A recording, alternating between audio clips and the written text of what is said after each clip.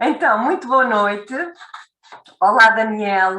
Olá, Rossana. Estou super contente de estar aqui contigo outra vez nestas nossas conversas de corpo inteiro. Já estamos aqui no episódio número 5 e, olha, dar as boas-vindas também às pessoas que estão aqui connosco, àquelas que nos vão ver depois em diferido. E hoje temos um tema, bom, para mim pessoalmente muito interessante, não é? Para todas as mulheres, cujo título é Os Ciclos Hormonais, não é? Das mulheres. Uhum. E estávamos também a falar que seria tão interessante também que os homens ouvissem. Vamos tentar, enfim, perceber, não é, Daniel, o que é que se passa aqui com as mulheres que têm este feitio tão instável e que dão cabo da cabeça de tantos homens. E nós também. As palavras são tuas, Rossana. Exato. Mas olha, eu não sei aqui se há mulheres que concordam comigo, mas a verdade é que às vezes eu própria não maturo. É tipo, pá, já chega, já não me aguento. Vai isto que acabe, não é? Pronto, e temos um pouco a tendência, eu vejo isto em mim, mas também noutras mulheres, de depois culpar as nossas hormonas de tudo e mais alguma coisa, não é? Pronto, é assim o nosso grande bode expiatório. Mas a verdade é que, bom, também vamos tentar perceber o fundamento desta questão, não é? Desta parte do Sim, impacto das hormonas, sim. tem algum fundamento, não é? A mulher é um ser mais complexo que o homem, não há dúvida. Tu estás a dizer isso assim baseado em análises científicas, Daniel? E a biologia prova isso, não é? Pronto, ok. Nós somos muito mais básicos a esse nível, porque temos também há ciclos na vida do homem, não é? Uhum, Mas nada comparado com o que se passa a nível hormonal com a mulher. uhum, E é isso que vamos ver. ok. Vamos analisar a idade fértil. A idade da puberdade não tem assim tanto interesse Uhum, neste contexto, mas uhum, pronto, a idade fértil com ciclos regulares, não é? uhum, Idealmente mensais, e depois a transição para a menopausa, não é? E vamos ver que isso de facto há aí uma grande instabilidade hormonal que depois tem consequências, quer a nível mensal, não é? Que é depois este ciclo maior. uhum. Olha, Portanto, gostei muito da tua parte que dizias que os homens são mais básicos. Pronto. não retires de contexto, por favor. Não, exato, exato. Eu fiquei assim só presa nessa frase e de, ok, é uma forma de vermos as coisas um pouco mais suaves também para aqui para o nosso lado, não é? Ok, boa, É ok.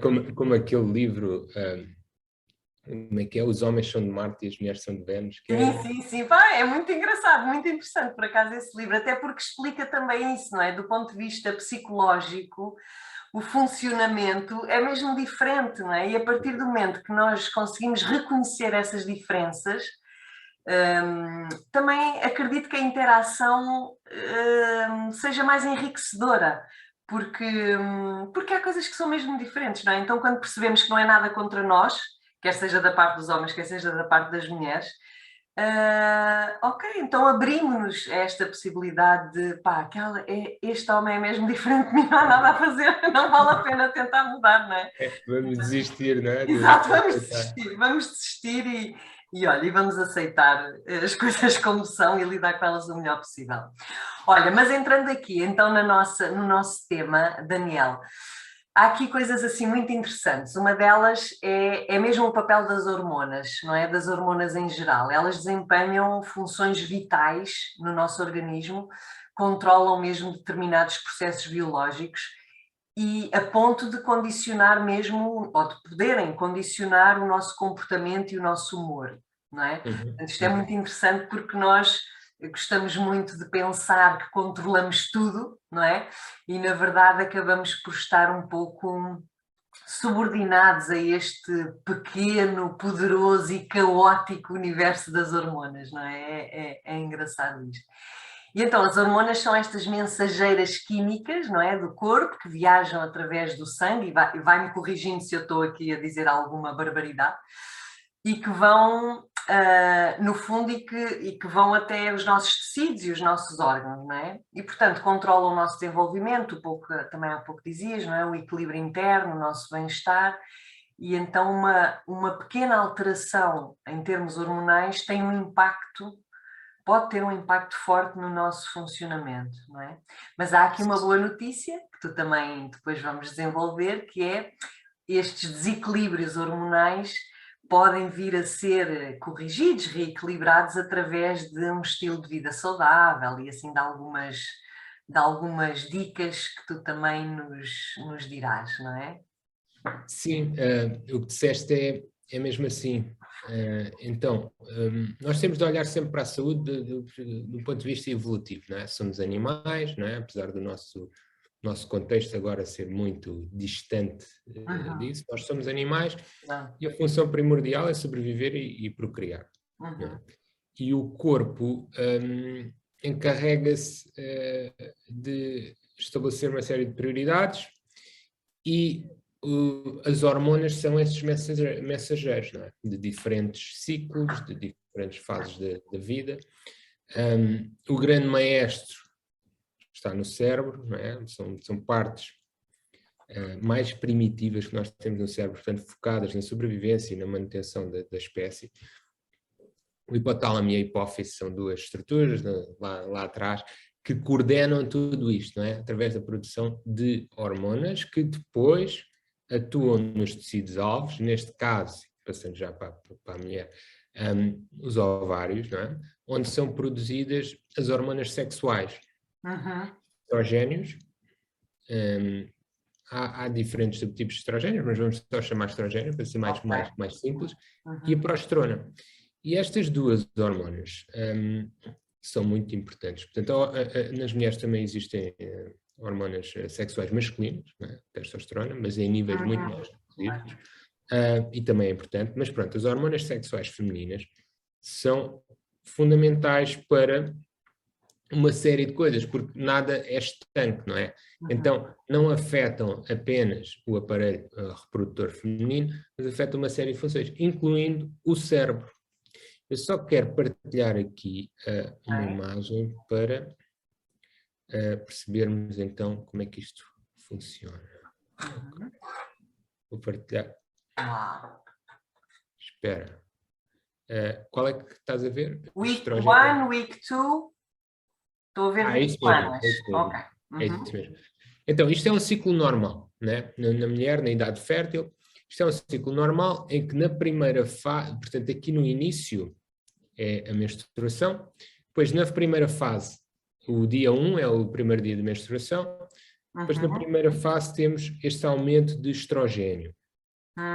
Estrogênio no útero tem um efeito proliferativo, ou seja, aumenta a espessura da parede do útero, aumenta a irrigação de vasos sanguíneos. Isto para quê? Porque lembremos que tudo é feito a pensar na procriação, não é? Na manutenção da espécie. Portanto, o primeiro objetivo é sempre uma eventual gestação, não é? Uma gravidez. Então, temos esta fase inicial, com a estimulação do... Desculpa interromper, Daniela. Então significa que o estrogênio é uma hormona que vai, no fundo, preparando a mulher para a reprodução, é isso? De certa maneira, para simplificar. Exatamente. Eu vou-te fazendo perguntas mesmo básicas para perceber... Exato. Ambas preparam, mas de forma diferente. Portanto, o estrogênio numa fase inicial vai preparar o útero, vai irrigar, vai assegurar que existe sangue suficiente, não é? E proliferação suficiente para eventualmente receber uma gestação, mas a fase inicial é a ovulação, não é? Tem de haver a libertação do óvulo, depois ser fecundado pelo espermatozoide. E isto é o que acontece, né? Nesta fase folicular, desenvolvimento do útero, e depois a ovulação acontece a meio do ciclo, partindo do princípio que o ciclo tem 28 dias, que é o mais normal, mas pode variar entre 25 a 35, enfim, por aí. A ovulação, não é? E depois, nesta segunda fase, que é muito importante, o que é que acontece?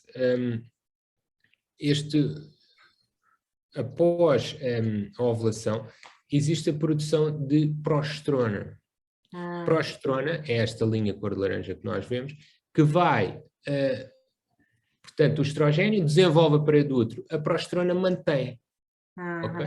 Mantém e permite que, caso haja fecundação, esse óvulo, o ovo agora, se implante, não é? E depois forma o embrião e assegura o correto desenvolvimento do embrião. Caso não haja, não é? Fecundação, o que é que acontece? Os níveis baixam nesta fase final, que é chamada fase luteínica do ciclo, que é a partir do dia 21, não é? Começam os níveis de progesterona e de estrogênio a baixar. Isto de alguma maneira, desculpa Daniel, de alguma maneira este aumento de estrogênio poderá influenciar a sensibilidade da mulher? Porque ainda há pouco falávamos nesta questão que na fase pré-menstrual tendemos a ficar mais sensíveis, mais, sei lá, até choronas ou mais... Tem a ver Exato. com... Okay. Exato, isso é importante e vamos falar nisso. Portanto, estas hormonas têm dois efeitos diferentes. O estrogênio aumenta a jovialidade, o bem-estar e a alegria da mulher, a excitabilidade, percebes? Excitação. Promove a serotonina, a ação da serotonina no cérebro, ok?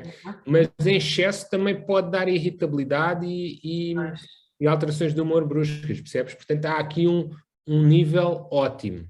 Depois, a progesterona, na segunda fase do ciclo, tem um efeito mais calmante, atua nos receptores GABA, que são, como nós já falámos no passado, portanto é um efeito mais calmante, mais tranquilizante e aqui ajuda a contrabalançar o efeito do estrogênio. Depois, é muito comum aquela crise pré-menstrual, não é? O síndrome pré-menstrual, antes do período.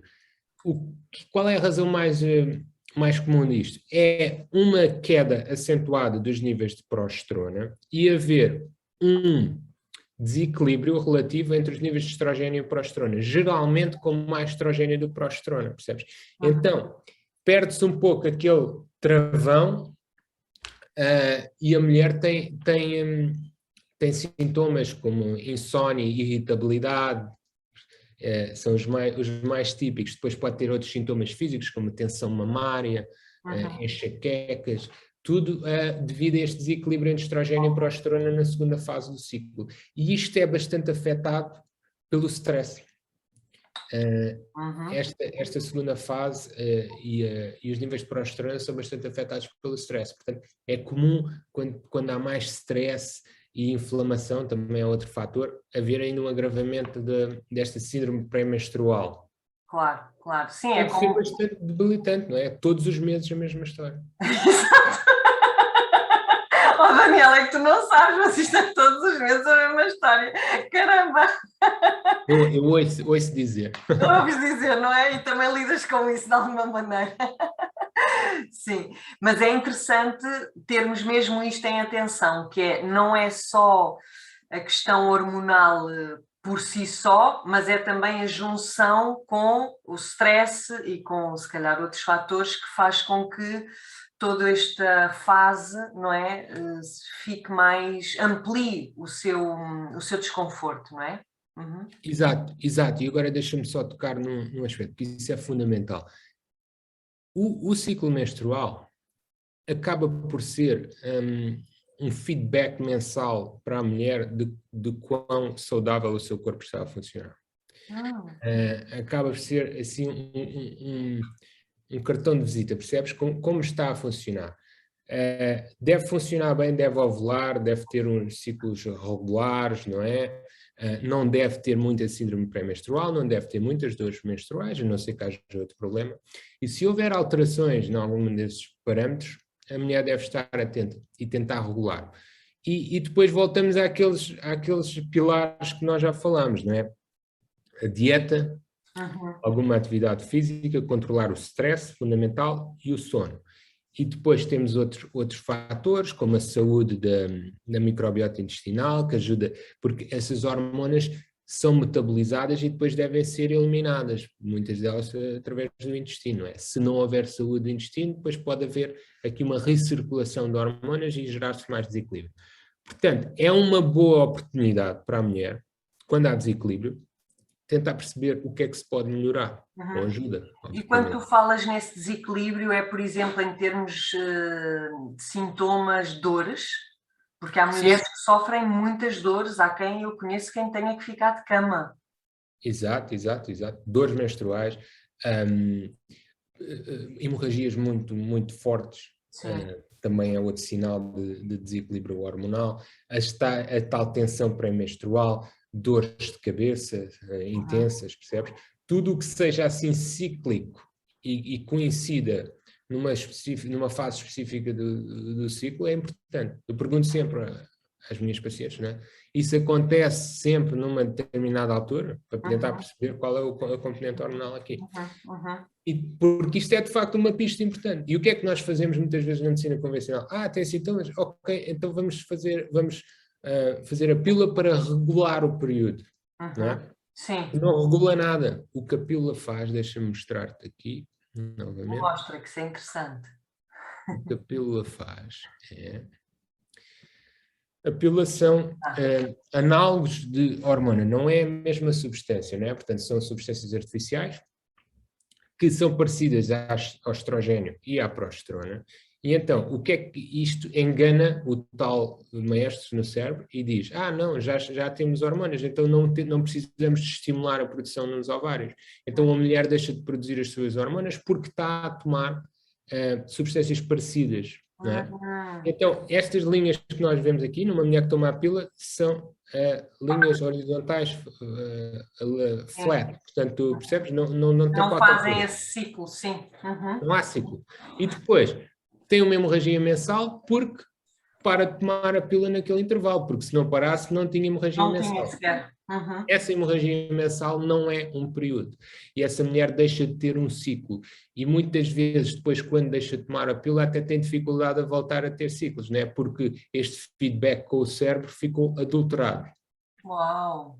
E isso é uma forma transitória de lidar com as coisas que, no fundo, não está a resolver nada. Está simplesmente a pôr ali um remendo temporário, não é? E tem outras complicações, Porquê? A progesterona, nomeadamente a progesterona, tem um efeito muito importante no controle do humor, tem aquele efeito tranquilizante que eu te falei. E quando nós estamos a prevenir a produção de progesterona, deixa de haver ovulação, estamos a ter consequências a esse nível. Aliás, um dos efeitos secundários da pílula, e está lá na bula, para quem lê, é depressão, ansiedade, ataques de pânico. Não é? Pode ser devido à carência de progesterona, que a mulher deixa de produzir. Enfim, isto é só aqui um à parte por causa da questão da pílula e a história de, eu tomo a pílula para regular. Não regula nada, simplesmente suprime. Pois regula nesse sentido, não é? Como suprime, acaba por, enfim, permitir que o corpo seja controlado de outra maneira e cumpra com aquela regra, não é? Pois. Exato, que é a regra mensal, não é? Mas acaba por ser uma ilusão, porque aquilo não é um período. Então é esta e tem consequências porque a mulher depois não produz os seus próprios hormonas, que têm funções. Claro. Portanto, ao deixar de tomar a pílula, por exemplo, uma mulher que toma a pílula durante muitos anos e depois deixa de tomar, eu acredito que o corpo fica um pouco confuso, ou seja, a partir do momento que já não produz essas hormonas há tantos anos, enfim, deve ser assim, é melhor não estar por perto. Sim, a nível do humor, mas talvez sim, mas a questão principal é que depois pode o período não voltar, Pois. porque o circuito está confuso, como disseste, e bem. Há que, enfim, a pílula às vezes é necessária, obviamente, não é? Como método contraceptivo, mas o uso assim tão rotineiro da pílula simplesmente como um remendo, não é? Vamos suprimir isso tudo para ver se os sintomas desaparecem. Sim, desaparecem, mas o problema de base continua a estar lá. E depois há de aparecer no futuro. Sim, e até agora estás-me a fazer lembrar, não sei se aqui alguém também tem estas experiências, mas de informações sobre o uso da pílula, sei lá, até para controlar o acne, por exemplo, ou Exato. para controlar questões de miomas, quando a pessoa toma a pílula, essa tendência diminui bastante. Portanto, até o uso da pílula não no sentido contraceptivo, mas no sentido de para outros efeitos, não é? Sem nos apercebermos talvez do mal que estamos a fazer. Sim, sim, algo no acne é muito comum, não é? Os dermatologistas até. Pronto, funciona porque diminui a oleosidade da pele e funciona, é eficaz. Mas se calhar há outras maneiras de chegar lá, não é? Se calhar não tão rápidas, mas sem ter as consequências. Sem ter as consequências da... Sim, a Inês está aqui a dizer, então estamos a pôr em risco a saúde hormonal das nossas adolescentes, não é? Porque aqui até falando de uma questão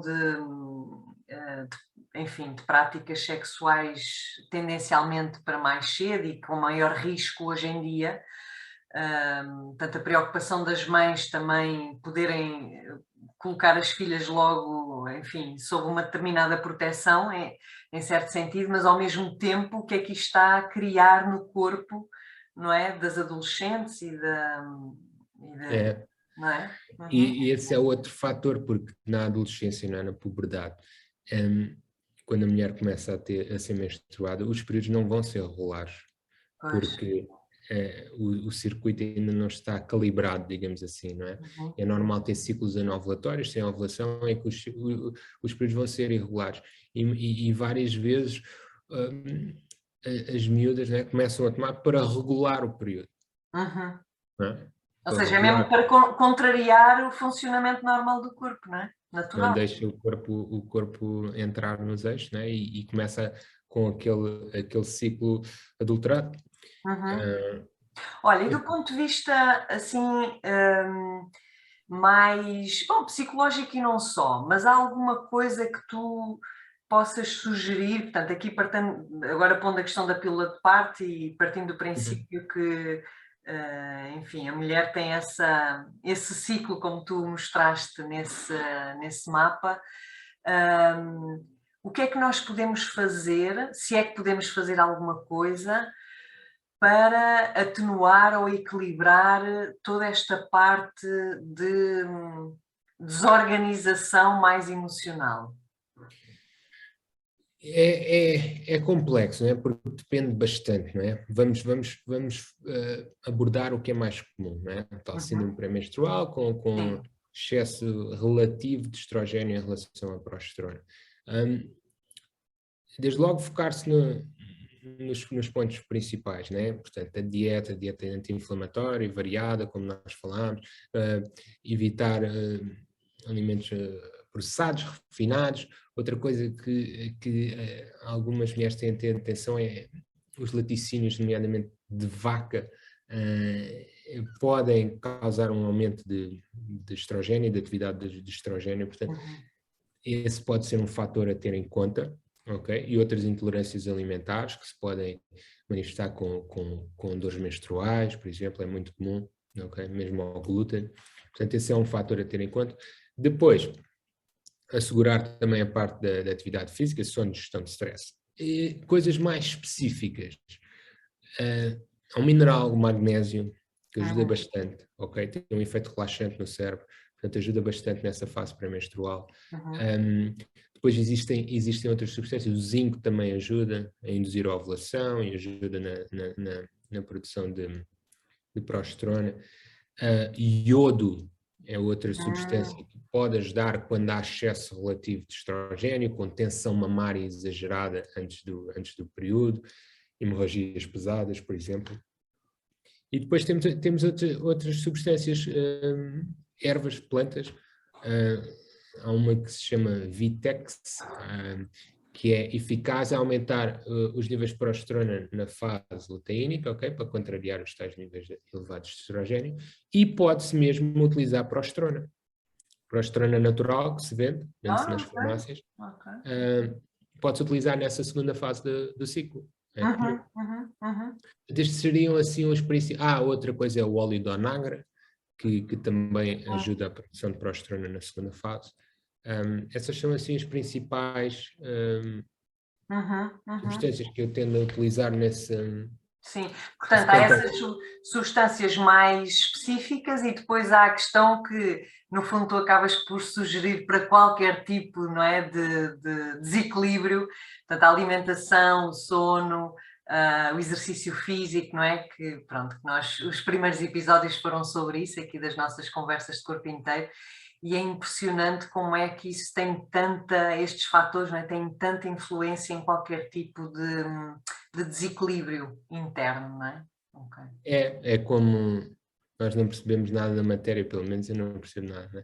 Mas quando se está a construir uma casa, começas pelas fundações, não é? Exato. É a mesma coisa. E depois são as nuances mais detalhadas, mais específicas, mas tens de assegurar as bases. Claro, claro. Olha, e queremos passar agora então para a questão da menopausa, ou seja, nós falámos aqui um pouco do ciclo menstrual e do síndrome pré-menstrual, e agora falando da menopausa, se calhar começando um bocadinho antes desta... eu confesso que eu vi há pouco tempo a perimenopausa, não sei se é uma coisa que está agora na moda ou se já é algo, pronto, enfim, já sedimentado e por ignorância minha não era nada que eu tinha ouvido falar. Mas como é que é nesta fase mais avançada das mulheres? O que é que acontece? E vamos aqui por outra imagem. Tens outra imagem, fantástico. Hoje estás muito criativo com as imagens. Interativo. Só para fazer aqui primeiro, antes de mais, responder-te, a perimenopausa existe e é o conjunto, portanto, é o período de tempo antes da menopausa. Pode ir até 10 anos antes da menopausa. Okay? Portanto, é uma fase de transição em que começa a haver alteração no ciclo da mulher. 10 anos ainda é bastante tempo. Pois é. Estamos 10 anos a preparar, o corpo está 10 anos a preparar-se para a menopausa. Até 10 anos. Até 10 anos, sim, claro. Depende da pessoa. Mas pode entrar nessa fase aos 35, por exemplo. A idade média da menopausa é 51, 52, pode começar aos 45, pode começar aos 55, e depende bastante tem bastante influenciado pela genética, ok? Portanto, depende do que aconteceu com a mãe, com a avó. Ok. E dizer mais uma coisa, menopausa, a definição é, a mulher entra na menopausa quando está 12 meses, portanto 1 ano após o último ciclo. Ok. E lembras-te do outro gráfico, não é? Daquela oscilação bonita do ciclo? Isto aqui já está tudo marado. Eu disse que começa a estar tudo marado. Aqui temos, aqui é pré-menopausa, é a idade fértil, não é? Aqui aparece constante, mas pronto, há sempre aquela oscilação mensal. Mas pronto, há sempre produção de estradiol e de progesterona, partindo do princípio que a mulher ovula. O que é que acontece na perimenopausa? São os tais, pode ser até 10 anos. Há um declínio da progesterona, não é? Um declínio gradual de progesterona. Ao passo que o estrogênio tem aqui estas ondas loucas, não é? Pois é. Portanto, anda para cima, para baixo, portanto, tem oscilações muito vincadas nesta fase da perimenopausa.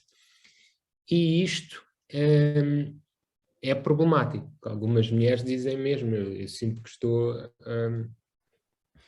a perder a cabeça, não é? O meu corpo está a ficar desregulado, tudo é instável, por causa desta oscilação brusca, não é? Deixa de haver aquele travão na ansiedade e mesmo a nível do humor, que é a progesterona, não é? E o estrogênio começa a andar assim para cima e para baixo, tipo montanha-russa. É claro que isto não é assim em todas as mulheres, não é? Mas pronto, isto é apenas uma representação daquilo que acontece. Depois, com o progredir do tempo, a menopausa, depois o estrogênio tende a descer.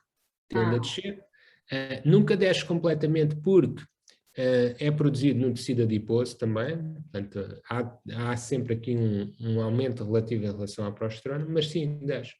E depois, antes de mais dizer, a menopausa não é uma doença e não deve ser encarada como tal, é apenas uma fase na vida da mulher, que é normal. E se tudo estiver equilibrado, é claro que depois também depende de fatores genéticos, não é? Mas se tudo estiver equilibrado, a mulher transita sem problemas. Pode ter uma fase... Não acontece a todas as mulheres, não é? A Anabela estava aqui a dizer que é um turbilhão. Isto não é um turbilhão para todas. Não, há mulheres que passam incólumes, mas cerca de 25% têm sintomas. E é natural ter sintomas durante algum tempo. Os sintomas durante muito tempo são mais raros e é mais algo que devemos olhar. E depois, que sintomas é que podemos ter? Temos sintomas físicos decorrentes da falta destas hormonas, não é? Portanto, aquilo que elas asseguram, quando diminuem, não é? Vamos ter sintomas. Por exemplo, a atrofia do epitélio vaginal, não é? A pele perde alguma tonicidade, portanto, a questão da libido, mesmo a questão cognitiva. Isto porque o estrogênio ajuda a forma como o cérebro utiliza a glicose. Quando os níveis diminuem, a mulher pode passar ali uma fase em que tem mais dificuldades de memória, sente-se assim um pouco menos focada, também é comum haver essas queixas. Depois, a nível de densidade óssea, de mineralização óssea, também há uma quebra, não é? Por causa da falta de estrogênio. A nível metabólico, isto é importante, o estrogênio tem uma função protetora, por isso é que nós dizemos sempre que os homens têm um risco cardiovascular, infartos, por exemplo, mais alto que as mulheres. Porquê? As mulheres estão protegidas pelo estrogênio. Após a menopausa, esse fator protetor desaparece. E então, as mulheres a nível metabólico começam a ter um metabolismo mais ingrato, estão mais vulneráveis a uma coisa que é a resistência à insulina. Basicamente é haver aqui uma dificuldade no metabolismo dos hidratos de carbono. Então é comum ouvir dizer, depois da menopausa comecei a ganhar peso, já não consigo ganhar peso, não é? O peso deposita-se na... Já não consigo perder. Exato, já não consigo perder, desculpa. Porque ganhar é fácil. Sim. Essa é outra das alterações, não é? E depois podes ter também a nível... outra muito importante, que são os afrontamentos. Esse é o sintoma, o sintoma mais debilitante, não é? E isso acontece porque o cérebro tem um termostato, uma espécie de um termostato que regula a temperatura. Quando há esta queda abrupta de hormonas sexuais femininas, o termostato é como se o intervalo ficasse mais reduzido, então tem mais facilidade em sentir esse calor extremo. E outro fator que interfere com isto é o stress e as catecolaminas, a adrenalina, a noradrenalina. Portanto, isto está sempre de mãos dadas ao stress, ok? Geralmente, a questão dos afrontamentos. Portanto, é mesmo importante nós cuidarmos do nosso sistema nervoso, não é? Da nossa qualidade de vida, para podermos ir enfrentando estas fases de forma mais harmónica possível. Sim, é fundamental, é fundamental. Mas mesmo assim vai sempre haver aqui esta confusão toda. Portanto, a mulher vai estar mais vulnerável, não é? Olha, e queres despartilhar, ia dizer? É para tu, a não ser que tenhas mais alguma explicação. Não. É que assim vemos-te a ti todo por inteiro. Do ponto de vista também mais psicológico, lá está, também há tendências para depressão, não é? Pode haver essa tendência. Sim, depressão, ansiedade, irritabilidade, insónia. insónia comum, nesta fase de perimenopausa. Geralmente as coisas na menopausa até se acalmam um pouco. Estabilizam, A acalmam. perimenopausa, a transição é É que bastante difícil. ok. Insónia, irritabilidade, dores de cabeça, enfim. Uhum. Vários sintomas. E depende de mulher para mulher. E tu dizes que, pelas estatísticas, são cerca de 25% das mulheres a sofrer mais com este tipo de alterações? Sim, Eu sim. pensei que era mais, curioso. Também não sei, sinceramente, não sei o grau de objetividade, Sim, não é? sim. O quão limitante o sintoma tem de ser, mas sim, cerca de 25%, esse é o número Uhum. descrito. Olha, e mais uma vez, para além da questão do stress e da alimentação e do exercício físico, enfim, que nós já conhecemos, existe algo que possamos fazer também para atenuar estes sintomas? Sim, existe. Desde logo tens a terapia hormonal de substituição, não é? Que é bastante utilizado. Uhum. Em que, e aqui é algo que se houve bastante falar bastante sobre isto, não é? Tens aqueles preparados que eram utilizados e tendem a ser menos utilizados hoje em dia, que são mais artificiais, não é? Hormonas, lá está, uma espécie do que acontece com a pílula, que fornecem uma substância parecida com a hormona natural, mas que não é bem a mesma substância. E depois tens as chamadas hormonas bioidênticas, não é? Que são substâncias iguais à hormona, ao estrogênio e à progesterona que a mulher tem no corpo. Essa é uma opção. Existem algumas indicações formais, como os afrontamentos, a perda de massa óssea. Essas são as principais indicações e os sintomas genitais são as principais indicações para terapia hormonal de substituição, mas pode ser utilizado em outro contexto também, até insónias, percebes? Dores no peito, dores menstruais, incapacitantes, e pode-se fazer combinado estrogênio e progesterona, ou pode-se começar apenas com a progesterona. Às vezes a progesterona, numa fase inicial, chega para controlar os sintomas. Nunca se deve fazer estrogênio sem progesterona, porque a progesterona é o tal travão, ok? Mas podes fazer progesterona sem estrogênio. Ok. Olha, e em termos de suplementos, alguma coisa ou são os mesmos? Alguns são parecidos. Temos o magnésio, que é bastante útil, temos a glicina e a taurina, são aminoácidos que ajudam a aumentar o GABA e a potenciar a ação da progesterona no cérebro, são úteis. E depois tens as tais ervas que ajudam a modular o eixo. Tens fitoestrogénios, que, por exemplo, isto é um fenómeno engraçado no Japão, comem bastante tofu, soja. Sim. Que tem uma atividade de fitoestrogénios. Os fitoestrogénios funcionam como estrogénios, mas até um determinado ponto. Não têm a atividade tão vincada como os estrogénios. E não sabemos se é por isso ou não, mas as mulheres lá tendem a sofrer menos com esta transição. Engraçado. As isoflavonas de soja, que são muito, muito faladas nesta altura, pode ajudar nesta questão dos afrontamentos, não é? E existem outras ervas que podem ser utilizadas com este intuito de modular, não é repor as hormonas, mas modular a resposta às hormonas e a sensibilidade dos receptores. Sim, até porque provavelmente quem sofre de muitos sintomas, se calhar não desaparecem de todo, não é? Mas é isso, já o modular, suavizar, já deve ser uma grande ajuda, não é? Sim. Pode ser mesmo dia e noite. Sim.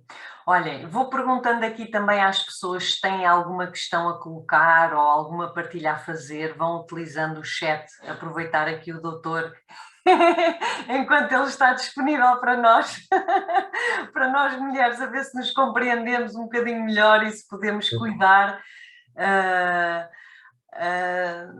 Enfim, quando nós temos este tipo de problemas, Daniel, Isto parece uma pergunta assim um bocadinho, de ignorante, que é a que tipo de médico é que nós nos devemos dirigir? É ginecologista? Sim, ginecologia, não é? Normalmente é quem lida mais com estas questões, não é? Uhum, uhum. Essa é a primeira linha. Ok, ok, ok. Bom. Depois, pode ser também um internista, medicina interna e medicina Uhum, funcional. uhum. Claro, e sempre, não é? Em qualquer questão. Isso sempre. Até porque, enfim, nunca falámos muito sobre isso, mas é muito interessante, pelo menos do meu ponto de vista, as diferentes propostas, digamos assim, sugestões até de tratamento de uma medicina mais tradicional, não é? De um médico internista, por exemplo, de uma medicina funcional. E é impressionante, até mesmo voltando à questão, sei lá, da pílula ou de outro tipo de tratamentos, ou enfim, de uso, não é? De medicação, a diferença entre uma medicina e outra, e sem sabermos, eu falo por mim também, não é? Que nós vamos confiando nos médicos de medicina mais convencional, sem termos consciência dos efeitos secundários que aquele medicamento pode estar a causar, embora, ok, na bula está lá descrito, mas enfim. Sim, tem a ver um pouco com a normalização das coisas, não é? A aceitação, é como se fosse normal tomar a Pois, pílula, não sim, é? sim, sim, sim, sim. Sim. É como aí há uns anos, não é? Não vias nos talk shows na televisão as pessoas a fumar. Exato. Era normal. Exatamente. E as coisas vão mudando, não é? E na verdade há alternativas e é muito interessante conhecer essas alternativas, não é? Que se calhar podem não ter um efeito tão imediato, não sei, isto até é mais em tom de pergunta, mas podem regular o organismo de outra maneira, mais a longo prazo, talvez, não é? Porque o medicamento químico tem um impacto mais imediato no organismo, não é? Sim, e às vezes são necessários, né? Ainda bem que os temos. Sim, Mas é bom olhar sempre para os problemas com este olhar curioso e pensar o que é que isto me está a mostrar, não é? Que está errado no meu corpo. Como é que eu posso ajustar o que quer que se passa aqui para que estes sintomas desapareçam. uhum, E não partir logo para vou suprimir estes sintomas, não é? Vou tapar, vou pôr um remendo para que não os sinta. sim, sim. E estava agora também aqui a pensar em algumas questões também do foro feminino, não é? Questão dos miomas e outras doenças cujos nomes eu não conheço, não me lembro, mas, por exemplo, lembro-me de uma pessoa que tem perdas de sangue imensas durante muito tempo, ela chega a ter 2 semanas a menstruação e enfim, com hemorragias muito grandes, portanto, há aqui várias patologias, não é? Os Sim, quistos sim, sim, sim. ovários, enfim, há Sim, muita sim, sim. coisa aqui nesse aparelho reprodutor feminino. É complexo, é complexo. Nós aqui não entramos a fundo, nem é a minha especialidade. Sim, E há lugar sempre por exemplo, na endometriose, que dá dores exato. Uhum. incríveis, não é? Nesses casos, sim, usa-se a pílula, não é? Porque é a última instância, não é? Para Pois. bloquear esse processo. Quando tens hemorragias incapacitantes também podes usar esses métodos de supressão. Uhum. Portanto, esses são casos mais extremos e Claro, tens claro. problemas, miomas, adenomiose, enfim, Sim, e essas aí, coisas pouco divertidas. exato, e aí talvez às vezes seja mesmo importante já intervir com medicação, não é? Mas, Aham. olha, temos aqui uma pergunta. Bom, primeiro da Anabela, que fala de ginecologista convencional, ou seja, haverá outro tipo de ginecologia que não seja convencional? Não sei se este será a pergunta e também não sei se conheces resposta. Sim, já há colegas que têm assim uma abordagem mais integrativa, funcional, Uhum, uhum. Bom, que eu sei. E depois temos a bom, ginecologia convencional, não é? Portanto, temos também pessoas que, isto é um espectro, não é? Temos pessoas mais convencionais, outras mais claro, com uma visão mais holística da coisa. Ai, que bom, que bom. Olha, e depois temos aqui a Sandra que pergunta sobre a falência ovária prematura. Onde é que se encaixa nesses gráficos das hormonas? Pergunta ela. Falência ovárica prematura é, como o nome sugere, não é? É quando a mulher entra, portanto, a mulher tem um X número de folículos, não é? Que durante a sua idade fértil se vão desenvolvendo e produzindo óvulo, enfim. Falência ovárica prematura é quando, antes de tempo, deixa de haver esta pool, este grupo de folículos para se desenvolver e a mulher pode entrar numa menopausa precoce. Então, esta transição fazer-se mais cedo, dos 45 anos que falámos. Ok. É a falência ovárica prematura. Ok. E depois alguém aqui pergunta se é verdade que a pílula faz engordar. A pílula pode interferir com o metabolismo, sim, pode também causar queda de cabelo, enfim. Porquê? Porque algumas pílulas têm um efeito androgénico. Androgénico são hormonas sexuais masculinas. E podem interferir com o metabolismo e interferir com a tal sensibilidade à insulina, portanto, algumas mulheres, sim, podem engordar como consequência. E depois, dizer, há vários tipos de pílulas, elas diferem, umas são só progestinas, outras são tipo de progestina, tipo de estrogênio, portanto, há vários tipos, mas sim, a mulher pode engordar. Ou também pode engordar quando para a pílula. Também, ou seja, sim, no fundo acaba por influenciar. É um choque para o metabolismo. É um choque. Opa, isto está a ser muito deprimente, Daniel. Isto está a ser muito deprimente. Estou aqui a pensar, ai Jesus, eu não quero passar por isso. Espero, vou-me portar muito bem, eu juro. Eu juro, vou fazer massagens todos os meses e fazer desporto todos os dias e nunca mais comer açúcar na vida. Mas não tem de ser, sabes? Não tem de ser porque o corpo é muito resiliente e quando nós lhe damos aquilo que ele quer, ele responde. Ele responde.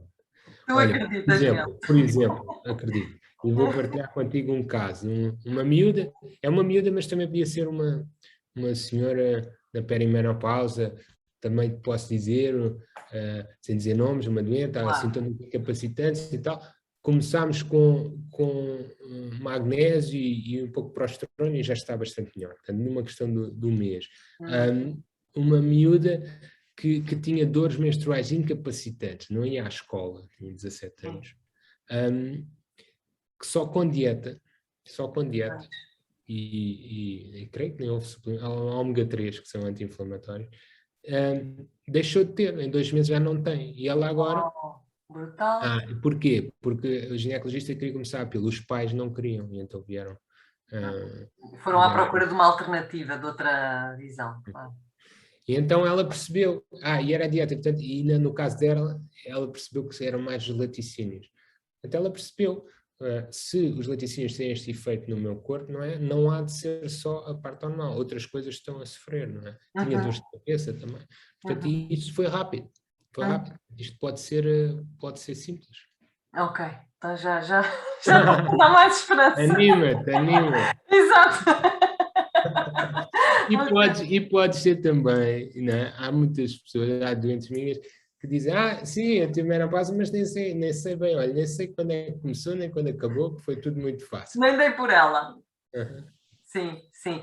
Ao mesmo tempo, sabes que quando me acontece ter clientes nessa fase e também acabam por justificar tudo com questões hormonais.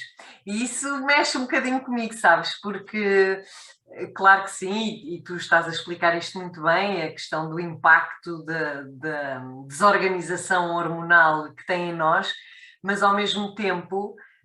há um lado meu que diz, caramba, mas não hão de ser só as hormonas também, não é? Ou seja, há que ver depois todo um lado emocional, como é que a pessoa também está a cuidar de si emocionalmente, os seus padrões se calhar mais limitadores, questões relacionais, ou seja, aqui cria-se de facto uma bomba, não é? Porque por um lado temos as hormonas, mas por outro lado também temos algumas temáticas de foro mais emocional que não foram cuidadas, e é como tu dizes, não é? E depois é mais o stress, e depois é mais a alimentação, a falta de exercício, enfim, e isto complica-se aqui tudo. Claro. Pois, e é mesmo isso, não é? As hormonas também não têm alguma vida própria, mas não é como se tivessem, como se tivesse Ao comando de tudo, não é? a atuar sozinhas, né? E quanto mais problemas a nível emocional e stress houver, também vai influenciar as hormonas, depois influenciam a mente. Portanto, isto é aqui um ciclo. Claro, claro. Escadinha de rabo na boca. Exatamente, exatamente. Temos que começar por quebrar por algum lado, não é? E cuidar, Exato. e cuidar. Ok. Muito bem, então, se não temos aqui mais perguntas, eu diria que, enfim, já temos aqui uma bela conversa, muitas coisas que abordámos. E pronto, se aqui ninguém mais tem nenhuma pergunta, olha, acho que podemos terminar por aqui, não é? Obrigado. Está aqui um homem. Temos um homem. Não. Temos o João. Resistiu. Esperemos que a partir de hoje ele compreenda, seja mais compreensivo e mais tolerante. Mas agora, olha, por falar nisso, só assim mesmo em tom de finalização, os homens não têm tanta oscilação, não é? Os ciclos hormonais masculinos não sofrem este turbilhão, como dizia a Anabela. Não tanto, mas sabes que os homens, pronto, tem ali, por volta dos 50 anos, enfim, depende É uma do lado. crise existencial que tem. Posto de forma simples, não é? Exato. Exato. Pode haver diminuição dos níveis de testosterona, né, que afeta o homem a nível físico e psicológico, mas não é uma coisa assim tão abrupta e Tão agressiva, não é? e tão agressiva. Uhum. Mas agora que falámos, isto é uma coisa que também se aplica à mulher, cada vez mais começa a haver interferência hormonal por chamados disruptores endócrinos.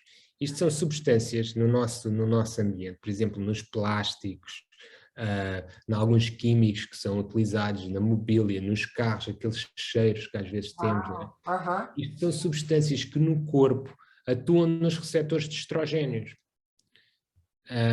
E depois afeta, neste caso específico no homem, afeta os níveis de testosterona livre que atua nos tecidos. Portanto, isto é um fator importante no nosso mundo, é cheio de químicos. Nós devemos pensar que estes químicos também têm uma ação no nosso corpo e às vezes confundem as hormonas. Uau! E na mulher também pode potenciar os níveis de estrogênio. Puxa, até agora os detergentes temos de ter cuidado. Tu ficaste preocupada com isto. Temos de fazer Eu estou muito perturbada com o episódio de hoje. Temos de fazer aqui uma coisa mais leve. Ai, Jesus! Estou muito perturbada. Mas pronto, ao mesmo tempo, olha, muito, muito contente porque para mim, cada vez que tenho novo conhecimento e nova informação, também me dá sempre aquela orientação de como é que eu posso cuidar, não é? E isso acho que é muito importante em todos nós, que é conseguirmos reconhecer o que é que não está a funcionar tão bem ou olhar para o que não está a funcionar bem, não como uma anomalia, mas sim como é isso como tu dizias há pouco, como uma mensagem, não é? Ok, o corpo tem uma sabedoria brutal e portanto é tão nosso amigo que nos dá estas mensagens quando algo não está equilibrado, não é? Isto é o mesmo que tu fazes e que talvez falemos num episódio futuro, não é? Que é encarar as emoções e tudo isto que se passa na nossa psique como um mensageiro e não como algo que devemos suprimir. Exatamente, é isso mesmo. E é um dos desafios maiores que eu pelo menos vou estimulando muitas pessoas, que é olhar para todas as emoções e para todos os sintomas corporais como mensageiros, estão-nos a ajudar, estão aqui a dar-nos uma orientação de algo que temos a cuidar, não é? E isso é muito importante. Ok. Então, olha, obrigada, Daniel, mais uma vez por esta horinha juntos e por nos transmitires tanto conhecimento Obrigado a e ti e sabedoria. a todos. Obrigada às pessoas que estiveram aqui connosco e que também interagiram connosco, e que nos estão aqui a dizer coisas bonitas. Obrigada também. E pronto, e olha, cá estaremos para o mês que vem com outro episódio e depois logo lançaremos novidades e fiquem atentos. Obrigado a todos e boa noite. Ok.